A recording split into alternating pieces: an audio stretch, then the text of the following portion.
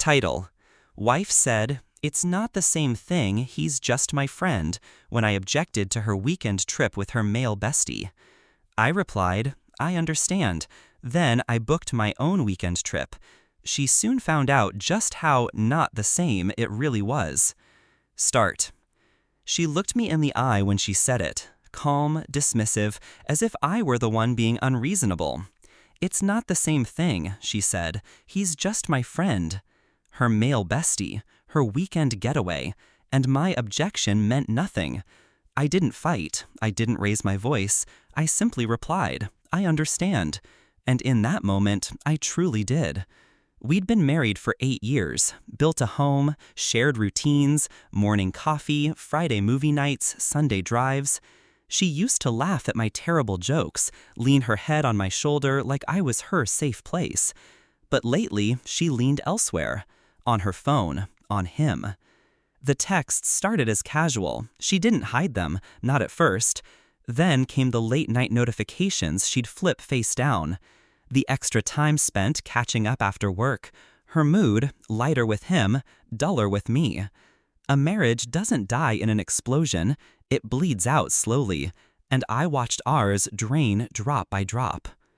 The moment of clarity came one night at dinner. I reached for her hand across the table. She pulled it back, too quickly, as if my touch was foreign. Then her phone buzzed, and she smiled in a way she hadn't smiled at me in months. That smile told me everything. I didn't rage, I didn't demand, I observed. Her friend, her confidant, her safe space. I watched how she guarded their bond like a secret treasure, and the more she pushed me away, the sharper my focus became. When she mentioned the trip, my suspicions hardened into certainty. "Just a weekend," she said. "With him, you don't need to worry."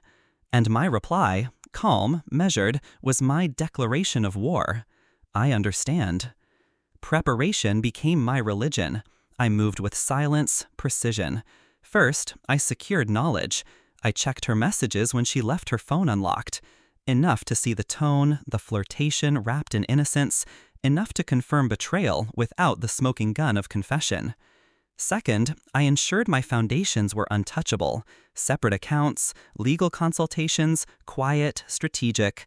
A friend who worked in family law laid out my rights like a chessboard. Third, I selected my move.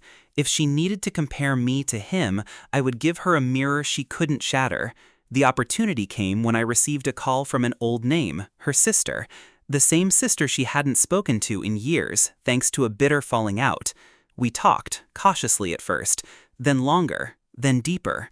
Her sister had always admired me, respected the way I treated her family, trusted me, and when she learned what her sister was doing, the fire in her voice told me she hated betrayal as much as I did. It was not seduction, it was recognition.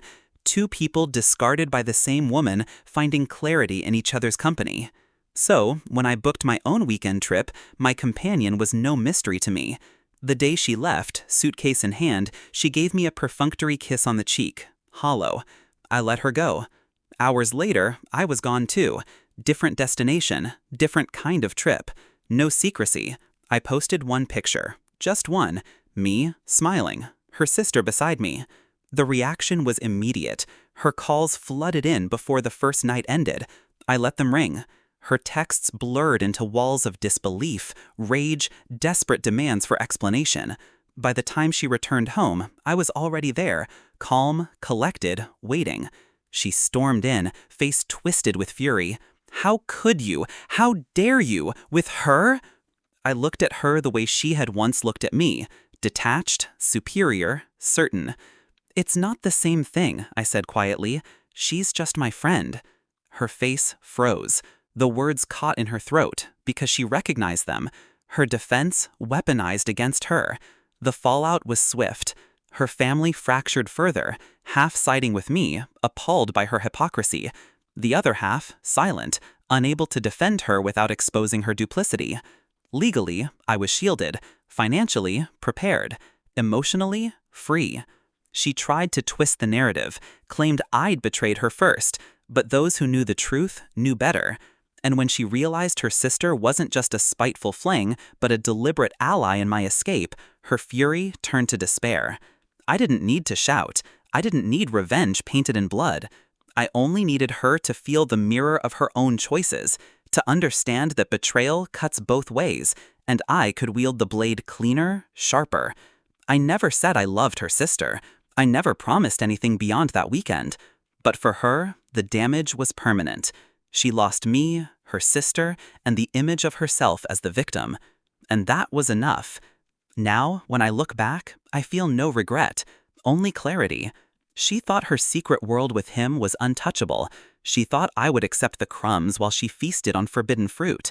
But I don't chase crumbs. I burn the table. So when she said, "It's not the same thing," she was right. It wasn't. Because unlike her, I don't betray blindly. I calculate, I execute, and I end it so cleanly, they never see the blade until it's buried deep.